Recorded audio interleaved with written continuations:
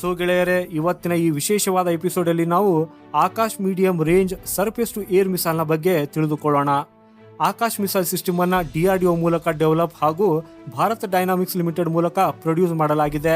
1983ರಲ್ಲಿ ಈ ಆಕಾಶ್ ಮಿಸೈಲ್ ನ ಡೆವಲಪ್ಮೆಂಟ್ ಪ್ರಾರಂಭವಾಗಿತ್ತು ಹಾಗೂ 1990ರಲ್ಲಿ ಇದರ ಮೊದಲ ಟೆಸ್ಟ್ ಫ್ಲೈಟ್ ಅನ್ನ ನಡೆಸಲಾಯಿತು. ಭಾರತೀಯ ವಾಯುಪಡೆಯು 1000 ಆಕಾಶ ಮಿಸೈಲ್ಗಳಿಗೆ ಆರ್ಡರ್ ನೀಡಿದರೆ ಭಾರತೀಯ ಸೇನೆಯು 2000 ಮಿಸೈಲ್ಗಳಿಗೆ ಪ್ಲೇಸ್ ಮಾಡಿತ್ತು. ಡಿಫೆನ್ಸ್ ಅಕ್ವೈಸೇಷನ್ ಕೌನ್ಸಿಲ್ ಜೂನ್ 2010ರಲ್ಲಿ ಆಕಾಶ್ ಮಿಸೈಲ್ ಸಿಸ್ಟಮ್ನ ಆರ್ಮಿ ವರ್ಷನ್ ಆರ್ಡರ್ ಅನ್ನ $2.8 ಬಿಲಿಯನ್ ಕೊಟ್ಟಿತ್ತು.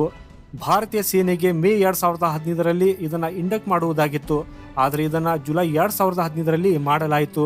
Akash surface to air missile system multiple target ಅನ್ನ ಡಿಸ್ಟ್ರಾಯ್ ಮಾಡುವುದರಲ್ಲಿ ಸಮರ್ಥವಾಗಿದೆ ಹಾಗೂ ಇದನ್ನ ಮೊಬೈಲ್ ಪ್ಲಾಟ್ಫಾರ್ಮ್ ಅಂತಹ ಬ್ಯಾಟಲ್ ಟ್ಯಾಂಕ್ಸ್ ಮತ್ತು ಟ್ರಕ್ ಇಂದ ಲಾಂಚ್ ಮಾಡಬಹುದಾಗಿದೆ.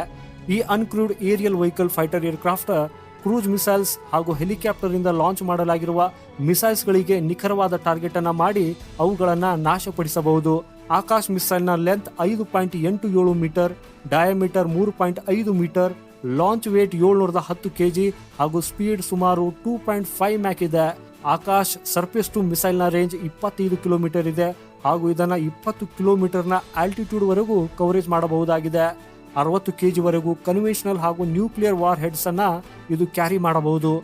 ಒಂದು ಫುಲ್ಲಿ ಮೊಬೈಲ್ ಮಿಸೈಲ್ ಸಿಸ್ಟಮ್ ಇರೋ ಕಾರಣ ಆಕಾಶ್ ಸೇನೆಯ ಮೂಲಕ ಕನ್ವೆಯನ್ನ ಪ್ರೊಟೆಕ್ಟ್ ಮಾಡುವಲ್ಲಿ ಸಮರ್ಥವಾಗಿದ್ದು, ಪ್ರತಿ ಆಕಾಶ್ ಮಿಸೈಲ್ ಸಿಸ್ಟಮ್ ಅಲ್ಲಿ ರಾಜೇಂದ್ರ ರೇಡಾರ್ ಸಿಸ್ಟಮ್ ಇನ್ಬಿಲ್ಟ್ ಇದೆ. ಇದರ ಸಹಾಯದಿಂದ ಒಂದು ಮಿಸೈಲ್ ಬ್ಯಾಟರಿಯು 4 ಗುರಿಗಳನ್ನ ಸೈಮಲ್ಟೇನಿಯಸ್ಲಿ ಎಂಗೇಜ್ ಮಾಡಿ 24 ರೆಡಿ ಟು ಲಾಂಚ್ ಮಿಸೈಲ್ ಅನ್ನ ಹಾರಿಸಬಹುದು.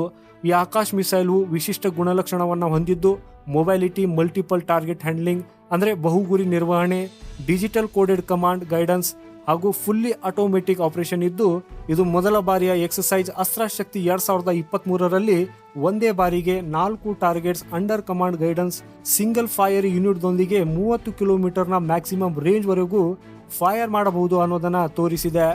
ಸೆಪ್ಟೆಂಬರ್ 2019ರಲ್ಲಿ ಭಾರತೀಯ ವಾಯುಪಡೆಗೆ 7 ಸ್ಕ್ವಾಡ್ರನ್ಗಳ ಆಕಾಶ್ ಮಿಸೈಲ್ ಸಿಸ್ಟಮ್ಗಳ ಪೂರೈಕೆಗಾಗಿ BDL ರಕ್ಷಣಾ ಸಚಿವಾಲಯದೊಂದಿಗೆ $752.89 ಮಿಲಿಯನ್ ಒಪ್ಪಂದಕ್ಕೆ ಸಹಿ ಹಾಕಿತ್ತು ಹಾಗೂ ಭಾರತ ಸರ್ಕಾರವು ಆಕಾಶ್ ಸಿಸ್ಟಮ್ನ ಎಕ್ಸ್ಪೋರ್ಟ್ಗೆ ಅಪ್ರೂವಲ್ ಅನ್ನ ಡಿಸೆಂಬರ್ 2020ರಲ್ಲಿ ಕೊಟ್ಟಿತ್ತು.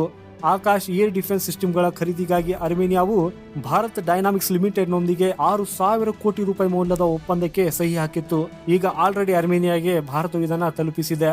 ಆಕಾಶ್ನ 3 ವೇರಿಯಂಟ್ಗಳು ಇವೆ. ಮೊದಲನೆಯದು ಆಕಾಶ್ 1S, ಎರಡನೆಯದು ಆಕಾಶ್ ಪ್ರೈಮ್ ಹಾಗೂ ಮೂರನೆಯದು ಆಕಾಶ್ ನ್ಯೂ ಜನರೇಷನ್. ಸೊ ಗೆಳೆಯರೆ, ನಿಮ್ಮ ನೆಚ್ಚಿನ ಡಿಫೆನ್ಸ್ಗೆ ಸಂಬಂಧಿಸಿದ ಟಾಪಿಕ್ ಅನ್ನ ನಾವು ಕವರ್ ಮಾಡಬೇಕು ಅನ್ನೋದನ್ನ ನೀವು ಬಯಸ್ತಾ ಇದ್ರೆ ಖಂಡಿತವಾಗಿ ನಮಗೆ ಕಮೆಂಟ್ ಬಾಕ್ಸ್ ಅಲ್ಲಿ ಬರೆದು ತಿಳಿಸಿ. ಈ ವಿಶಿಷ್ಟವಾದ ಎಪಿಸೋಡ್ ನಿಮಗೆ ಇಷ್ಟವಾದರೆ ಈ ವಿಡಿಯೋಗೆ ಒಂದು ಲೈಕ್ ಮಾಡಿ. ಭಾರತಕ್ಕೆ ಸಂಬಂಧಪಟ್ಟಿರುವಂತಹ ಇಂಟ್ರೆಸ್ಟಿಂಗ್ ವಿಡಿಯೋವನ್ನು ಪಡೆಯುವುದಕ್ಕಾಗಿ ನಮ್ಮ ಚಾನೆಲ್ ಅನ್ನ ಸಬ್ಸ್ಕ್ರೈಬ್ ಮಾಡೋದನ್ನ ಮರೆಯದಿರಿ. ಸಿಗೋಣ ಮುಂದಿನ ಮತ್ತೊಂದು ಇಂಟ್ರೆಸ್ಟಿಂಗ್ ವಿಡಿಯೋ ಒಂದಿಗೆ. ಅಲ್ಲಿವರೆಗೂ ವಂದೇ ಮಾತರಂ, ಭಾರತ್ ಮಾತಾ ಕಿ ಜೈ.